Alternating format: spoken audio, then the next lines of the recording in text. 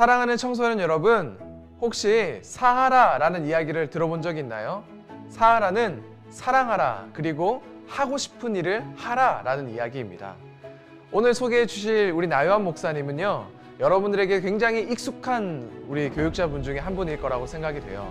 특별히 첫 번째 강의를 통해서 이 사하라의 이론에 대해서 함께 나누게 될 텐데, 우리 함께 나요한 목사님을 함께 만나보도록 하겠습니다.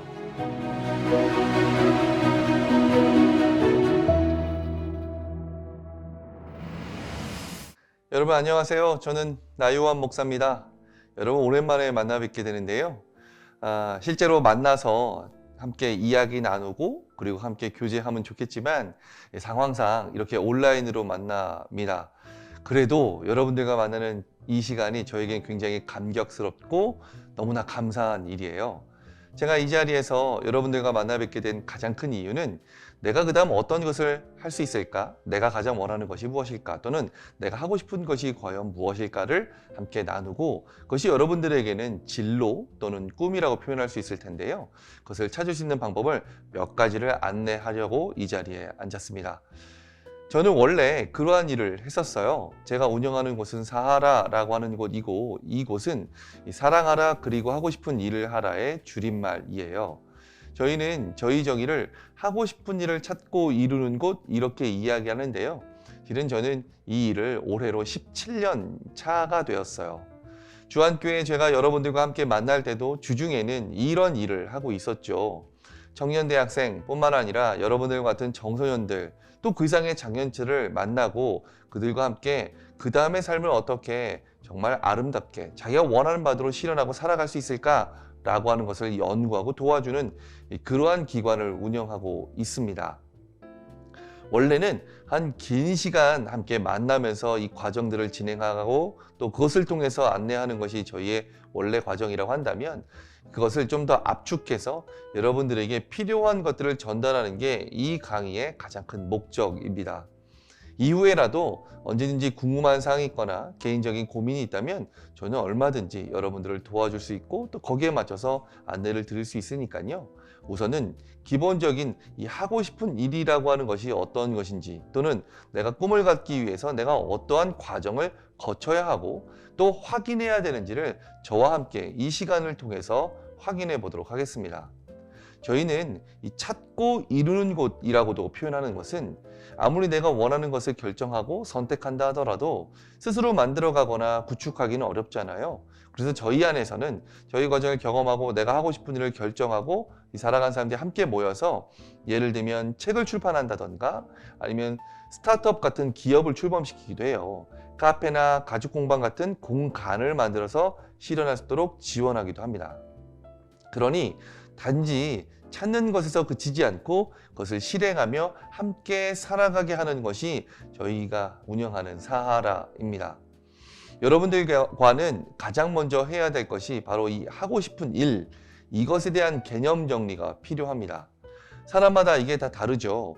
우선 대전제는요, 우리는 사명, 소명, 비전, 꿈, 여러 가지로 이것을 표현합니다. 또 어떤 이는 그것을 각각마다 의미를 다르게 이야기하기도 하고요. 근데 그리고 저는 그것을 구분하지 않습니다. 그냥 하고 싶은 일이라고 딱 규정합니다. 그리고 이 일에 대해서 여러 가지를 이야기하기 전에 가장 먼저 해야 될 것은 이 관점이라고 하는 것을 좀 나눠보고 싶어요. 이 관점은 사물을 관찰할 때 그 사람이 보는 시각과 입장이라고 표현하죠. 한 가지 물어보겠습니다. 여러분, 양치기 소년 이야기 아시죠? 이 양치기 소년 이야기를 잘 아시고 또 거기에 맞는 교훈도 아실 겁니다. 양치기 소년의 교훈이 뭘까요? 네, 맞습니다. 거짓말하지 말자이죠. 신문에서 보면 또는 미디어에서 보면 이 양치기 소년 누구 이런 식의 기사가 나오는 것도 우리는 확인해 볼 수 있잖아요. 양치기 소년의 교훈은 거짓말하지 말자입니다. 근데 여러분에게 제가 여쭤보고 싶은 것은 이거예요. 양치기 소년은 왜 거짓말을 했을까요? 관심 받고 싶어서? 아닙니다. 일이 없어서? 양치는 게 일이니까 일이 없어서는 더욱더 아니겠죠? 자, 양치기 소년은 왜 거짓말을 했을까요? 이게 진짜 제가 물어보고 싶은 질문입니다.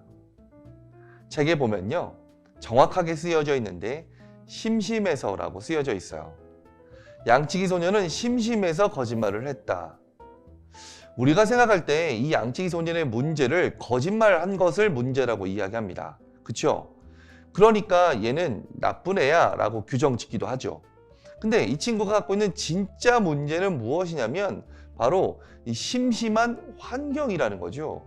자, 어떤 의미냐면 이 친구가 심심하지 않았더라면 양치기 소년이 될 리는 없고 또는 이 거짓말한 사람이 되지 않았을 테니까요.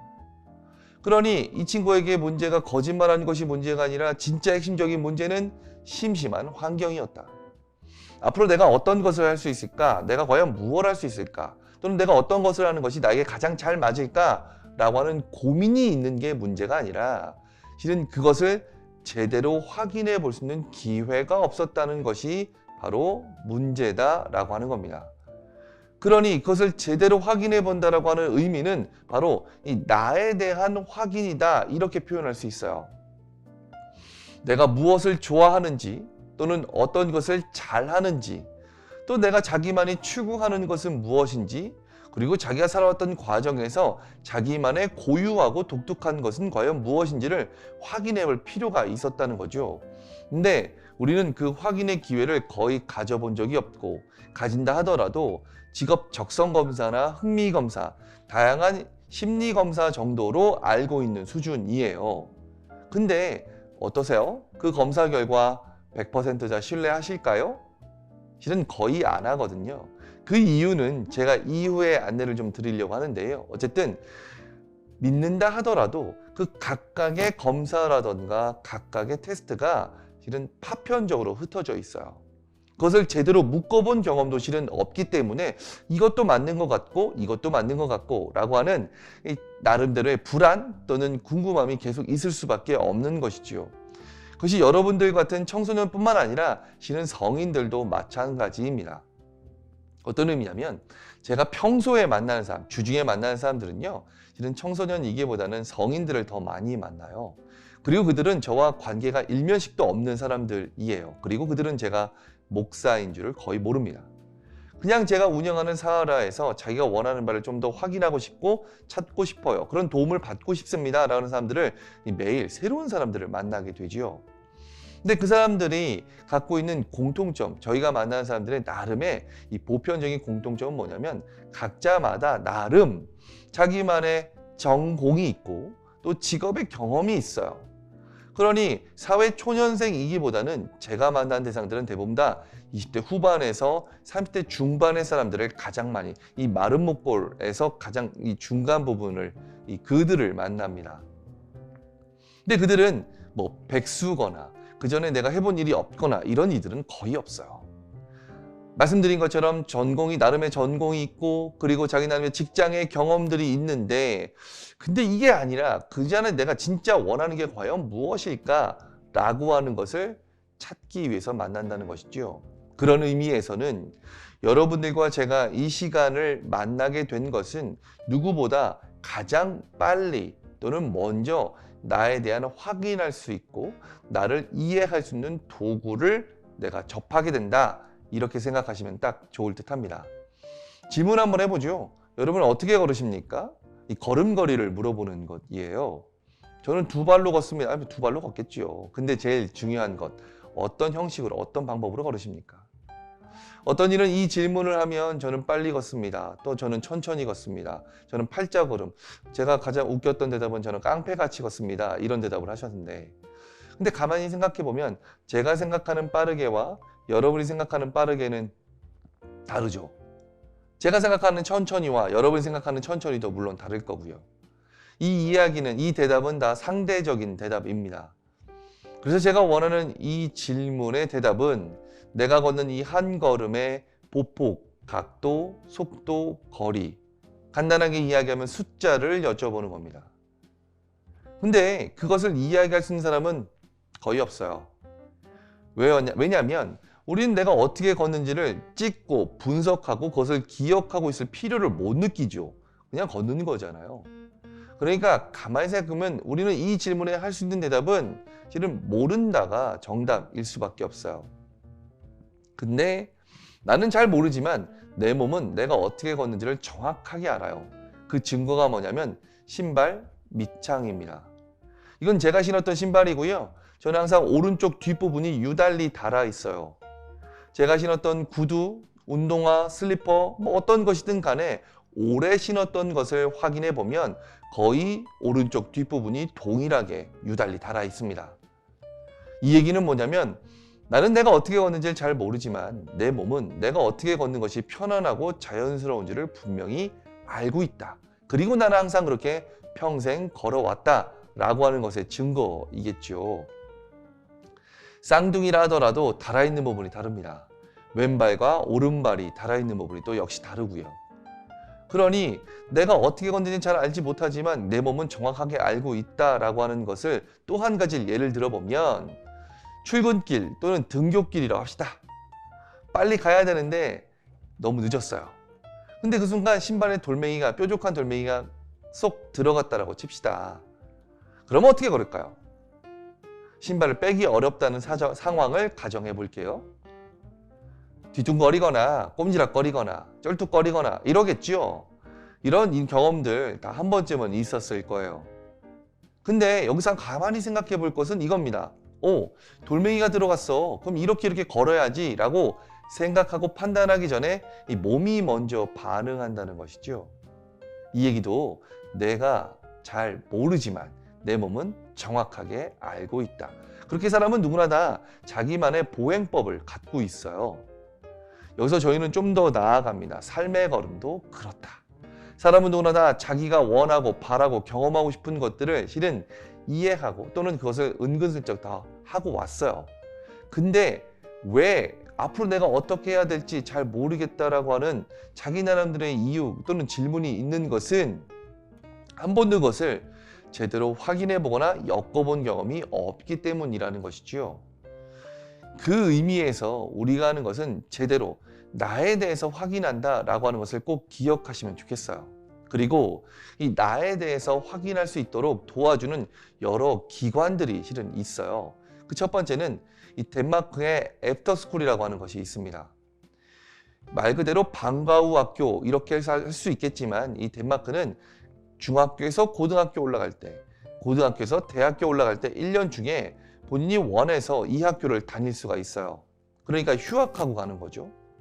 근데 1년 동안 배우는 내용은 내가 어떤 삶을 사는 것이 행복한 삶일까? 앞으로 내가 진짜 하고 싶은 게 과연 무엇일까? 라고 하는 것을 배우는 학교, 이렇게 이해하시면 됩니다.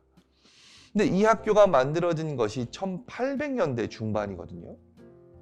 우리나라의 1800년대 중반은 조선시대잖아요. 그들은 자신의 삶에 대한 행복, 그리고 원하는 어떤 일, 이것을 위해서 고민하는 학교를 만들었고 지금도 이것은 이어지고 있습니다. 덴마크 전역에 한 250개 정도가 있고요. 각 학교별로 특징은 좀 있어요. 어떤 곳은 축구, 어떤 곳은 음악처럼 각자만의 어떤 그 독특한 주제가 있고 그 다음에 보편적으로 역시 아까 설명드린 것처럼 내가 어떤 삶을 사는 것이 행복한 삶일까? 앞으로 과연 내가 하고 싶은 게 과연 무엇일까? 라고 하는 것을 배우는 학교입니다. 이 학교의 이야기가 우리나라 교육계를 좀 강타해서요. 서울시 교육청은 오디세이 학교, 경기도 교육청은 꿈의 학교라는 이름으로 진행하고 있어요. 약 한 6년 전에 서울시 경기도 교육청이 우린 앞으로 이런 학교를 만들겠습니다 라고 하는 사업 발표 자리에 사례 발표가 저희였어요. 근데 저희는 이 애프터스쿨을 알고 시작한 것은 아니고 보니 굉장히 맥락이 맞닿아 있다는 것을 알게 됐죠. 이 시간이 여러분 삶 속에 애프터스쿨이 되면 좋겠다라고 하는 말씀을 좀 드려봅니다. 그리고 또 한 가지는 북아메리카 인디언의 비전 퀘스트 성인식이 있습니다. 우리나라의 성인은 20살이잖아요. 근데 이들 성인 나이는 14, 15, 16. 그러니까 여러분들과 같은 청소년 시기가 바로 성인이 되는 시기입니다. 성인식을 어떻게 진행하느냐면 대상자는 자기가 살고 있는 마을을 떠나요. 그리고 밀림이나 숲으로 들어가서 약 한 6일에서 7일 동안 아무것도 먹지 않고요. 오로지 내가 성인으로서 무엇 하며 살아갈 수 있을까라고 생각합니다. 시간이 지난 후에 자기가 결정을 내리고 다시 마을로 돌아와요. 마을로 돌아와서 마을 사람들을 이렇게 한데 모아놓고 발표를 합니다. 예를 들면 나는 사냥하는 사람으로 살겠습니다 라 한다면 이 친구가 나이도 어리고 경력도 없고 그와 관련한 다양한 지식이 없다 할지라도 이 마을에서 진행하는 모든 사냥하는 자리에 꼭 동석해야 해요. 마을의 모든 사람들은 이 친구를 사냥꾼으로 인정하거든요. 그리고 증거를 바꿉니다. 그리고 증거를 둡니다. 어떤 거냐? 이름을 바꿔요. 그 전에 이름이 사하라라 한다면 그 다음의 이름은 사냥하는 사하라가 본인의 이름이 됩니다. 앞서 이야기한 애프터스쿨 그리고 이 비전 퀘스트 성인식을 보면 이 하고 싶은 일을 찾기 위한 기본 원칙을 좀 발견할 수가 있는데요. 그 첫 번째는 바로 떠난다라고 하는 겁니다. 이 떠난다라고 하는 것이 공간을 이동하거나 장소를 옮기는 것, 물론 그것도 되게 중요하겠지만 가장 큰 핵심은 내 삶에 대해서 성찰해보거나 확인해보거나 또는 계획해볼 수 있는 기회를 스스로가 스스로에게 제공하는 것이 이 떠난다의 가장 큰 핵심이에요. 어떤 일은 여행을 통해서 그렇게 경험할 수도 있을 거고요. 아니면 저희 같은 기관이나 교회 같은 공간에서 함께 이것을 찾고 확인하는 것도 또 좋은 방법일 겁니다. 그것이 아니더라도 본인이 좋아하는 산책로 또는 카페 같은 어떤 공간에 정기적으로 가면서 내가 어떤 것을 했을 때 가장 몰입했거나 또는 어떤 환경, 어떤 사람들과 함께 있을 때 가장 활동적이었는가 같은 것들을 지속적으로 체크할 수 있는 기회를 제공하는 것이 이 떠난다의 가장 큰 핵심입니다. 두 번째는 꿈에 대해 생각할 시간을 갖는다예요. 여기서 한 가지 저와 여러분이 개념 정리를 좀 해야 되는 것이 바로 꿈에 대한 단어입니다. 이 꿈이라고 하는 단어를 보면 어떤 이는 100억을 버는 게 꿈입니다. 어떤 이는 집을 사는 게 꿈이에요. 이렇게 이야기할 수 있잖아요. 근데 저희가 이야기하는 꿈은 딱 한 가지 외에는 없습니다. 하고 싶은 일. 이것에 대한 정의는 또 이후에 하기로 하고요. 어떤 생각을 할 수 있고 이 생각을 어떻게 이어갈 수 있는지는 제가 과정을 통해 안내를 드릴게요. 세 번째는 제일 중요합니다. 스스로 결정한다. 사람은 누구나 살다 보면 중요한 결정을 내릴 순간들을 맞이하죠. 그것이 진로든 진학이든 이직이든 취직이든 퇴사든 또 여러분들 같은 경우도 역시 마찬가지로 그 다음에 학교든 사람들은 먼 발치에서는 그 결정을 자기가 잘할 수 있을 거라고 생각해요. 근데 막상 현실이 되면 그런 결정을 내가 원하는 바대로 또는 주체적으로 결정하기는 되게 어렵거든요. 그럼에도 불구하고 그런 결정들을 잘 내리는 사람들의 면면들을 분석해 보면요. 일상에서 소소하지만 작은 결정들을 많이 내려본 사람일수록 그러한 큰 결정을 내릴 수 있는 퍼센테이지가 싹 올라가게 돼요. 그래서 우리는 이 결정을 훈련의 결과 이렇게까지도 이야기합니다. 우리와 함께하는 과정 안에서 본인 삶 속의 결정들이 어떠한 의미가 있고 그리고 이 꿈에 대해서 어떠한 생각을 할 수 있는지는 이것을 통해서 충분한 도구를 제공하도록 하겠습니다. 그리고 또 한 가지 여쭤보죠. 사람들은 이런 질문합니다. 앞으로 뭐 하고 싶습니까? 하고 싶은 게 무엇입니까? 또는 여러분들과 같은 청소년들에게는 꿈이 있습니까? 꿈이 뭡니까? 라고 하는 질문을 하죠. 근데 이 질문에 사람들은 이런저런 대답을 합니다. 없어요, 몰라요는 아니고요. 가만히 들어보면 저는 이거예요 라고 하는 대답을 하는데 근데 가만히 들어보면 이 대답들의 공통점이 좀 있습니다. 자, 뭘까요? 대답들의 공통점. 맞추는 분은 각 전도사님들이 아마 선물을 줄 겁니다. 이번 선물 아이패드 하나 걸겠습니다.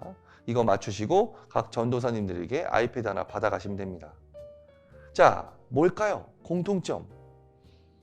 대부분 직업을 이야기해요. 저는 디자이너예요. 저는 선생님이에요. 저는 경찰이에요. 라고 하는 대부분 가만히 들어보면 직업을 우선순위로 이야기하거든요.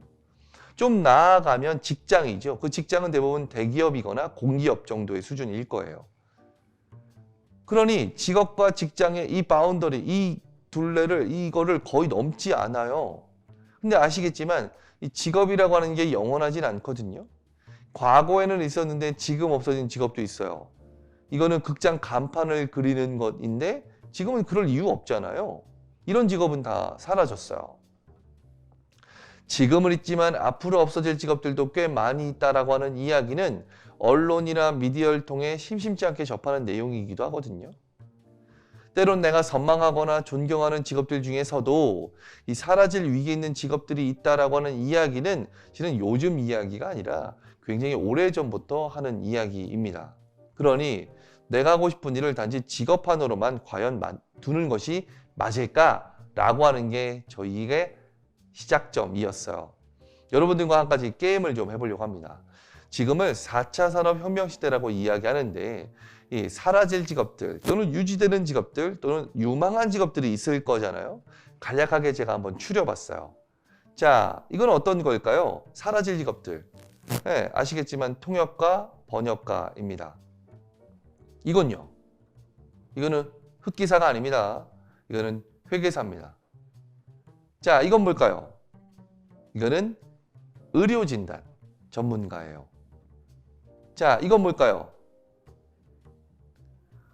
이거는 검사, 판사입니다. 이건 제가 이야기하는 게 아니라 언론, 미디어 또는 미래학자들이 이야기하는 바이거든요.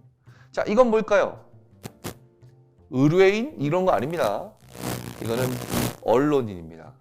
지금까지는 사라질 만한 직업들 이렇게 했다면 지금은 유망한 직업들을 한번 이야기해 보죠. 대부분 이 기술이라고 하는 것이 좀 더 첨가된 직업들이 우선일 텐데요.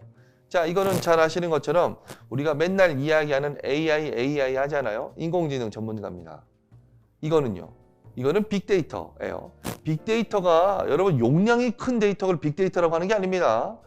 나름대로 트렌드 그리고 SNS에서 이루어지는 해시태그 이런 것들을 분석하면서 사람들이 어떤 것을 좋아하고 또 어떤 방향으로 가고 있는지를 그러한 것을 연구하는 게 빅데이터입니다. 자, 이건 뭘까요?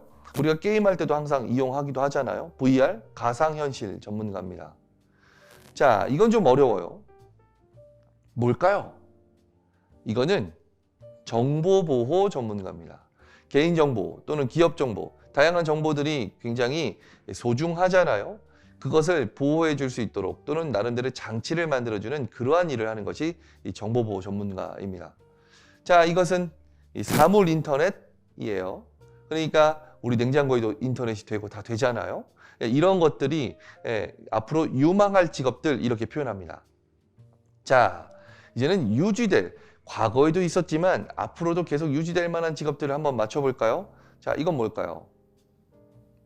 이거는 우리 맨날 교회에서 하는 것들 중에 하나인데 바로 음악가입니다. 음악 또는 예술 이런 표현할 수 있는 직업들은 실은 사라질 위기가 거의 없고 한다 하더라도 사람보다 뛰어나지 못할 것이다 라고 하는 게 대체적인 전망이죠. 자, 이건 또 뭘까요? 비슷한데요. 이거는 예술가입니다. 또 이건 뭘까요? 제가 이걸 보면서 안도의 숨을 내쉬었습니다. 바로 성직자입니다. 저는 사라지지 않습니다. 자, 이건 뭘까요? 역시 마찬가지로 사람의 어떤 마음 또는 더 깊은 내면 이런 것들을 연구하거나 그것을 위해서 도움을 주는 이들, 심리치료사 같은 이러한 역할들, 이런 직업은 사라지지 않는 직업이다 이렇게 이야기합니다. 자, 또 이건 뭘까요? 약간 의외일 수 있는데요. 이거는 간호사입니다.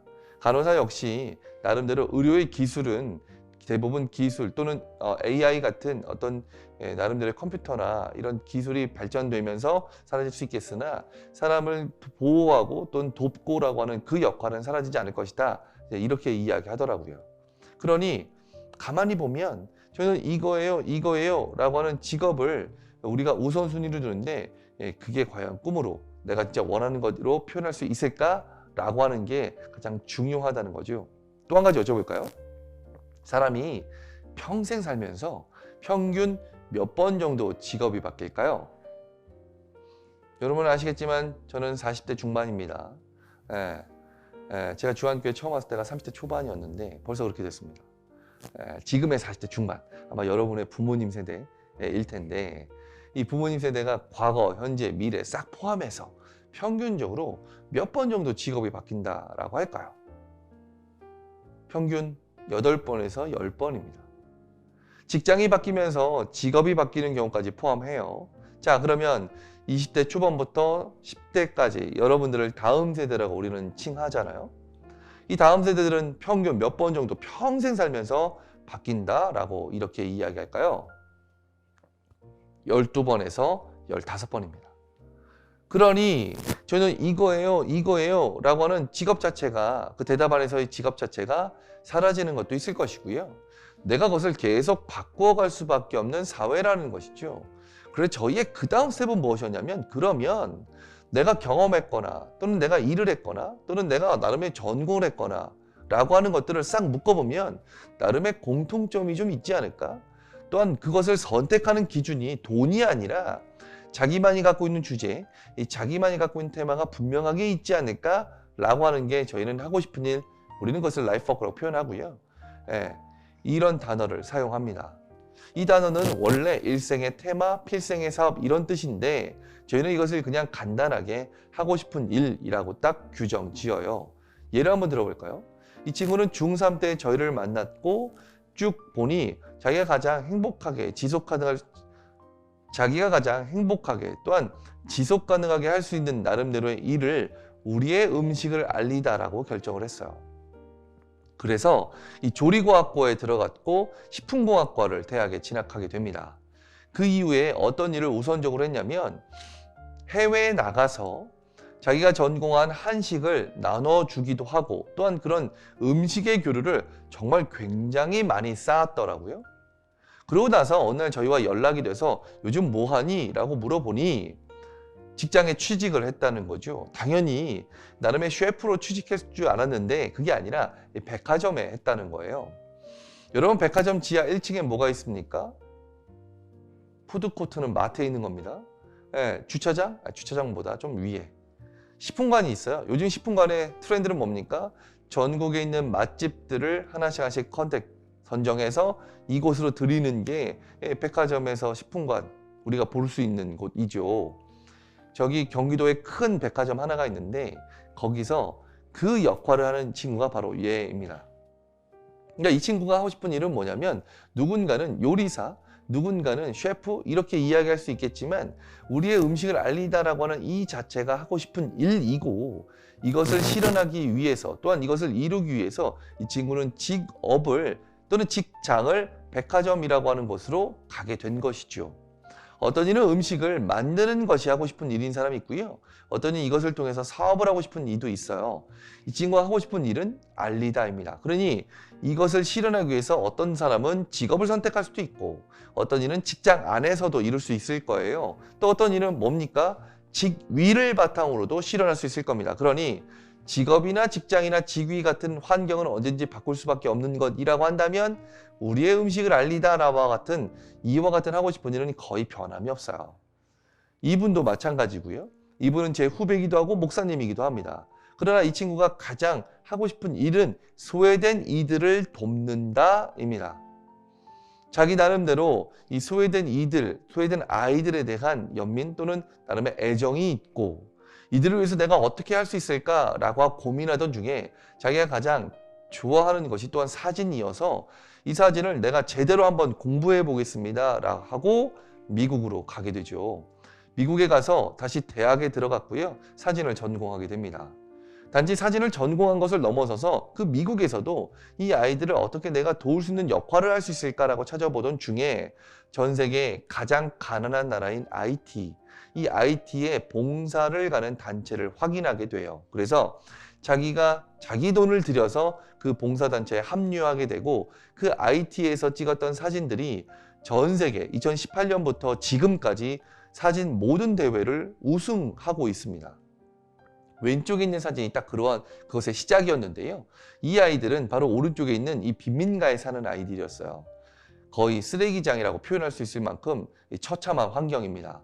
근데 이곳은 누가 지배하고 있느냐? 갱들이 지배하고 있어요. 그래서 끊임없이 이 총기 사고가 있고 전쟁이 있는, 나름의 전투가 있는 그런 곳이에요. 그래서 대부분의 아이들은 부모님이 없습니다. 어느 날 어떤 공간에 들어갔더니 딱 문을 열고 보니까 이 장면, 왼쪽에 있는 이 공부하는 장면이 있는 것이죠. 그래서 이것을 찍고 이 사진이 전 세계에 우승을 하게 된 가장 결정적인 계기가 됩니다. 근데 이 사진에서 이 사람을 보면, 이 사진을 보면 이 아이들 역시 소외된 이들이고요. 자기가 전공한 신학 또 교육학을 전공했기 때문에 교육이 있고, 위에 보면 이 등이 없어서 이 창문의 빛으로, 창문으로 뻗어가는 그 빛으로 아이들이 공부하고 있는 것이었거든요. 빛이라고 하는 사진. 자기가 갖고 있는 모든 것이 한 장에 녹여져 있고 이 사진을 발돋움으로 지금도 이렇게 활동하고 있습니다. 얼마 전에 6.25 참전용사 할아버지들이 양복을 입고 찍은 사진이 굉장히 유행했었던 것이고 또 우리가 볼 수 있었는데요. 그 사진을 누가 찍었느냐? 바로 이분이 찍었어요. 소외된 아이들뿐만 아니라 묻혀진 이들 또는 잊혀진 이들을 좀 나는 드러내고 함께 이들을 전하고 싶습니다 라고 하는 게 이분이 하고 싶은 일인 거죠. 그러니 이분은 어떤 사람은 목사님이라고 부릅니다. 어떤 사람은 사진 작가라고도 부르죠. 또 어떤 이는 자기만의 영상 그리고 이 사진을 찍어주는 업체가 있기 때문에 대표님이라고 부르기도 합니다. 그러니 직업 또는 직장은 바뀔지 모르겠지만 이와 같은 소외된 이들을 내가 돕겠다라고 하는 것은 변함이 없다는 것이죠. 우리는 이걸 먼저 좀 확인해야 해요. 이것을 가장 현실적이고 지속 가능할 수 있을 만한 이 환경을 결정해야 되는데 항상 우리는 이 환경이 우선이다 보니 내가 하고 싶은 게 과연 무엇일까? 라고 하는 고민이 끊이지 않고 지속될 수밖에 없는 것이죠. 그리고 이 하고 싶은 일이 원래 형성되는 시기가 있습니다. 그때가 언제냐면 딱 고등학교 1학년에서 대학교 2학년 사이예요. 이때 결정할 수 있는 것은 취미가 아니고 전공을 의미합니다.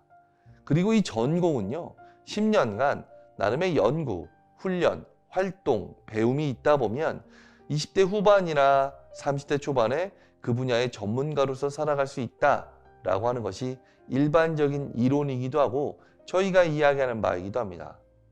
우리가 하는 모든 직업의 영역이 거의 다 통용되잖아요. 근데 중요한 것은 무엇이냐면 요 시기, 고등학교 1학년에서 대학교 2학년 시기, 요 시기는 앞서 이야기한 애프터스쿨 그리고 비전 퀘스트 시기와 맥락이 좀 맞닿아 있어요. 이 전에 3개에서 4개의 경험이나 교류나 배움이 필요해요. 내가 좋아하든 또는 관심 있어 하든 어떤 기회를 통해서요, 배워보든지 스스로 책이나 동영상을 통해 독학을 해보든지 아니면 그 일을 하는 사람과 지속적인 교류를 맺으면서 정보를 얻든지라고 하는 굵직한 3가지의 경험이 있을 때 비로소 이 중에 하나를 선택해서 전공 이상으로 쑥 갈 수 있다는 거죠. 근데 우리나라 교육 시스템상 이게 없어요. 예체능계라 하더라도 거의 하나 정도의 수준이거든요. 그러니 내가 무언가 전공이나 꿈을 결정하기 위해서는 적어도 3개에서 4개의 굵직한 나름대로의 경험이 분명하게 있어야 한다는 것이죠. 그것이 있을 때 비로소 내가 원하는 것을 실현할 수 있을 만한 선택지를 갖게 된다. 그런데 아까 말씀드린 것처럼 이것이 없다 보니 대학의 전공이나 직장의 선택을 내가 원하는 바대로 또는 주체적으로 결정하기보다는 점수에 맞춰 간다던가 아니면 누군가의 제안에 의해서 가죠. 자, 이거라면 직장 구하기 쉬울 거야. 이러한 것들입니다. 그리고 또 뭡니까? 직장 같은 경우는 연봉, 더 나아가서는 어떤 환경에 맞춰가는 경우가 대부분이라는 것이죠. 그래서 제가 꼭 강조하고 싶은 것은 여러분들은 내가 당장 무언가를 결정하려고 하기보다는 과연 내가 3개에서 4개 나만이 갖고 있고 나만이 경험했던 것이 또는 내가 수많은 것들을 했던 것 중에 진짜 내 것이 무엇인지를 확인할 수 있는 것이 굉장히 중요하다라고 하는 겁니다. 저는 그것을 좀 도와드리려고 해요. 그래서 저희는 오늘 제가 여러분에게 설명을 드릴 수 있는 것은 흥미와 행복, 그 다음 테마에서는 열정, 재능, 강점과 같은 선천적이고 고유한 것들을 함께 확인할 수 있는 도구를 제안하고 그 중에 진짜 내 것을 선택할 수 있고 또 결정할 수 있도록 안내를 드리도록 하겠습니다. 그 첫 번째는 좋아하는 것부터 한번 해보죠. 여러분, 이 좋아하는 것은 가장 핵심이자 근본이라고 할 수 있어요. 근데 우리는 이 좋아하는 것에 대한 오해가 있어요. 뭐냐면 대부분 어느 정도의 수준이냐? 커피와 차 중에 뭐 좋아하세요? 요 정도의 수준이에요. 저는 커피요, 저는 차요. 그러니까 어떻게 좋아하는 거면서 먹고 살 수 있어? 라고 하는 이야기를 할 수밖에 없고 들을 수밖에 없는 것이죠. 저희가 이야기하는 좋아하는 것은 다른 정의가 있습니다. 뭐냐면 내가 배우지 않아도 외우려고 하지 않아도 또는 노력하지 않아도 자연스럽게 알아지거나 설명할 수 있거나 또는 발전시킬 수 있는 영역 또는 대상 또는 가치 등을 의미합니다. 사람은 누구나 다 이것을 고유하게 3개에서 4개 정도를 갖고 있어요. 그리고 그것을 확인할 수 있는 방법을 제가 여러분에게 제안하려고 합니다. 여기서 한 가지 예를 들어보죠. 여러분, 이 무신사, 이게 뭔지 혹시 아십니까? 무신사라는 이야기를 제가 처음 들었을 때 저는 이게 절인 줄 알았습니다. 근데 그게 아니더라고요. 나는 쇼핑몰이었잖아요. 근데 제가 이 질문을 하는 이유는 저희 안에 한 가지 사례 때문인데요. 저희 참여하셨던 한 분이 있었고 이분은 남자였습니다. 나이가 24이었어요. 군대까지 갔다 왔죠.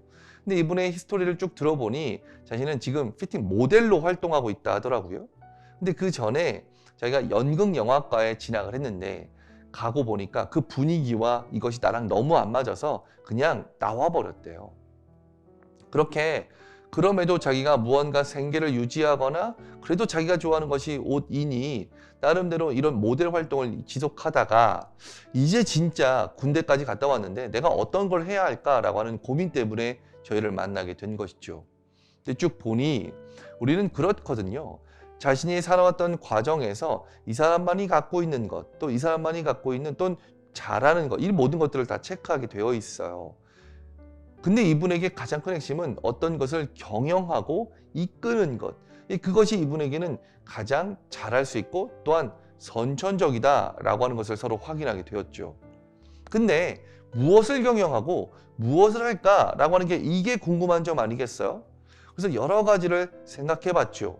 그러다가 본인도 고민도 하고 잘 안 풀리는 것 같은데요. 이런 질문을 하시길래 제가 무신사가 뭡니까? 라고 하는 질문을 하게 된 겁니다. 그랬더니 이분이 뭐라 하냐면 무신사는요. 무진장 신발 사진이 많은 곳, 이게 무신사예요. 어떤 인터넷 커뮤니티에서 시작했고 그리고 이것이 발전되어서 이렇게까지 되었습니다. 여기서의 제품들은 어떤 특징이 있고 대표는 어떤 사람이고 비슷한 업체는 이러이러한 겁니다를 진짜 한 10분 이상 저한테 쭉 설명을 하는 것이죠. 그냥 듣고 있었습니다. 그리고 이야기를 마치고 나서 제가 이 질문을 한 가지 했어요. 그거 외우셨어요? 아니요? 그거 공부하신 거 아닙니까? 아니요? 근데 어떻게 그렇게 잘합니까? 그냥 보니까 알아지던데요? 그냥 제가 하던 일이니까 그런 거 아닐까요? 그래서 제가 그랬어요. 그거예요 라고 했습니다. 아까 제가 말씀드렸지만 내가 좋아하는 것이란 단지 내가 무언가를 커피와 차 중에 요 하나를 고르는 것이 아니라 자연스럽게 알아지거나 계속 발전시킬 수 있는 영역 또는 대상이라고 말씀드렸잖아요. 또는 가치이기도 하고요. 이 사람은 그러한 옷, 패션 이걸 살짝만 보더라도 이렇게 흘러가겠구나 라고 하는 것을 항상 좋아했고 그것을 실행했던 사람이었어요. 지금은 영국으로 유학을 가기 위해서 준비 중에 있습니다. 경영 수업을 받기 위해서요. 또 한 가지 예를 들어볼까요? 저희 과정에 오셨던 분 중에 유학생이 있었어요. 남자분이었고요. 본인이 어떤 학교, 어떤 전공을 한다라고 하는 이야기는 굳이 하지 않았어요. 다만 군대를 갔다 왔고 다시 미국으로 들어가야 하는데 들어가기 전에 진짜 자기가 원하는 것을 결정하고 들어가는 것이 맞을 듯해서 저를 찾아오게 된 것이죠. 근데 자기가 과거부터 또는 나름대로 좋아하는 걸 이렇게 체크하고 쭉 확인하다 보니 그 중에 한 가지 큰 테마가 바로 무엇이었느냐? 음악이었어요. 제가 물어봤죠. 아니 음악 전공 왜 안 했습니까? 이렇게 어렸을 때부터 쭉 굉장히 오래 해왔다면 전공하려고 생각하셨을 텐데요. 그랬더니 이분이 이렇게 이야기하더라고요. 굳이 전공까지는 안 해도 될 것 같아서요. 그래서 이분의 전공은 전자공학과라고 하더라고요. 네, 알겠습니다 라고 했죠. 근데 알고 보니 이분은 MIT 공대를 다니는 학생이었어요. 여러분 MIT 공대는 전 세계에서 가장 첫 번째 넘버원 공대이죠. 그러니까 굳이 음악을 전공할 이유가 없었던 거예요. 공부도 꽤 잘했었고요. 나름 집안도 부유했던 것 같아요. 근데 이분에게 가장 큰 산은 뭐냐면 바로 아버지였습니다. 아버지가 회사를 경영하고 계시는데 그 아버지를 뛰어넘거나 또는 아버지와 그 아버지와 아예 다른 영역을 할 때 자신이 인정받을 수 있다라고 하는 것을 어느 정도 인지했던 거죠. 그래서 그 고민 때문에 저희를 찾아왔던 것일기도 할 거고요. 그렇게 쭉 하다 보니 나름 본인이 전공했던 것과 그래도 이 음악이라고 하는 것을 좀 더 믹싱해 보니 나름 음향공학, 거기 나가서는 음향 컨설팅, 나름의 이런 것도 괜찮지 않을까라고 확인하게 되었어요. 중요한 것은 무엇이냐면 내가 아무리 이런 것을 결정한다 하더라도 또 스스로 선택한다 하더라도 가장 중요한 것은 그것에 관련한 정보가 있어야 해요. 그 정보가 없으면 내 것이 아닙니다. 이 정보에 대한 이야기는 그 다음 편에 제가 제대로 안내해 드리도록 하겠습니다. 이와 같은 그 정보를 쭉 찾아보니 한 가지 자기가 알게 된 것은 나랑 안 맞다라고 하는 것을 알게 되었어요. 그 음향이라고 하는 것이 안 맞는 것이 아니라 음향공학이라고 하는 것, 어떤 컨설팅이라고 하는 것은 누군가의 의뢰를 바탕으로 자기가 해주는 것이잖아요. 어찌 보면 서비스일 거고 어쩌면 그들을 도와주는 역할이기도 할 겁니다. 근데 이분이 갖고 있는 가장 근저에 있는 마음, 그리고 자기가 잘하는 것은 이 무한대로 새로운 것을 개발하고 발전시켜 나가는 것이었어요. 그러니 누군가가 제안해서 그냥 거기에 맞춰주는 것은 실은 결이 안 맞는 것이죠. 그래서 굉장히 시무룩해 있었고 자기가 미래를 나름대로 계획을 세우는데 한계를 두기 시작합니다. 아버지 회사에서 그냥 관리자로 일하고 있는 자신의 모습을 이야기하기도 하고요. 그래서 어느 날 제가 잠깐 만납시다 라고 해서 만났고 여러 가지를 이야기하던 중에 한 가지를 이야기했죠. 아버지를 뛰어넘기 위해서 저희를 만난 것 아닙니까? 라 하니 맞다 하는 거예요. 그러면 이제 제가 하는 것들을 좀 더 들어주시죠. 그러면서 한 가지 질문을 한 것은 이거였습니다. 헤드폰 뭐 쓰세요? 이 질문이었어요. 헤드폰이나 이어폰 갖고 계시죠? 어떤 거 쓰셨어요? 그랬더니 이분이 갑자기 저를 싹 쳐다보면서 저 헤드폰 군대 가기 전에는 한 40개가 있었어요. 이렇게 이야기하는 거예요. 그러면서 어떤 헤드폰은 어떤 특징이 있고 어떤 이어폰은 어떤 공간감, 나름대로의 전문적인 용어를 사용하면서 저한테 쭉 설명을 하더라고요. 저도 실은 헤드폰 굉장히 좋아하기 때문에 어느 정도 정보는 있었거든요. 쭉 듣다가 제가 그랬어요. 본인이 보스라고 하는 업체가 있거든요. 헤드폰 또는 스피커 업체. 이 보스의 핵심 또는 수석 엔지니어라고 한번 가정해 봅시다. 그럼 어떨 것 같으세요? 라고 하니 이 사람이 갑자기 심각한 표정에서 굉장히 화난 표정으로 바뀌더라고요. 자기는 거기까지 생각도 못 해봤는데 어디에 내가 들어간다? 아버지 회사 외에는 생각도 못 해봤는데 이 보스요? 그거는 괜찮을 것 같은데요? 라고 생각을 딱 바로 대답하더라고요. 그러면서 한 가지 하는 것은 저는 보스보다 제나이저가 더 좋아요. 제나이저라는 업체가 또 있습니다. 자기는 그것을 우선순위로 썼고 제나이저 수석 엔지니어가 어떤 사람이고 그 사람이 독립해서 어떤 회사를 만들었는데 그 제품도 자기가 쓰고 있다는 얘기를 쭉 하더라고요. 그러면서 자기가 이후에 그것을 알아보게 됐고 역시 결정을 하고 그것을 준비 중에 있습니다. MIT 공대로 다시 들어갔고요. 그리고 대학원까지 계획을 세우면서 추후에 그런 스피커, 이어폰 또는 헤드폰 업체에서 핵심 기술을 개발하는 엔지니어로서 활동한다 라고 하는 것을 설정했죠. 생각해보면 이분이 꿈꾸는 무한대의 즐거움과 무한대의 기술 발전이 거기서도 충분히 실현할 수 있잖아요. 우리는 지금 이어폰 끈 없는 것, 줄 없는 거 사용하잖아요. 그만큼 계속 혁신적인 발전이 일어날 수 있는 나름대로의 기술이 거기에 분명히 들어가 있을 겁니다. 그러한 것들을 우리는 좋아하는 것이라고 이야기를 해요. 그리고 이 좋아하는 것을 저와 함께 좀 찾아가 보려고 합니다. 기억하십시오.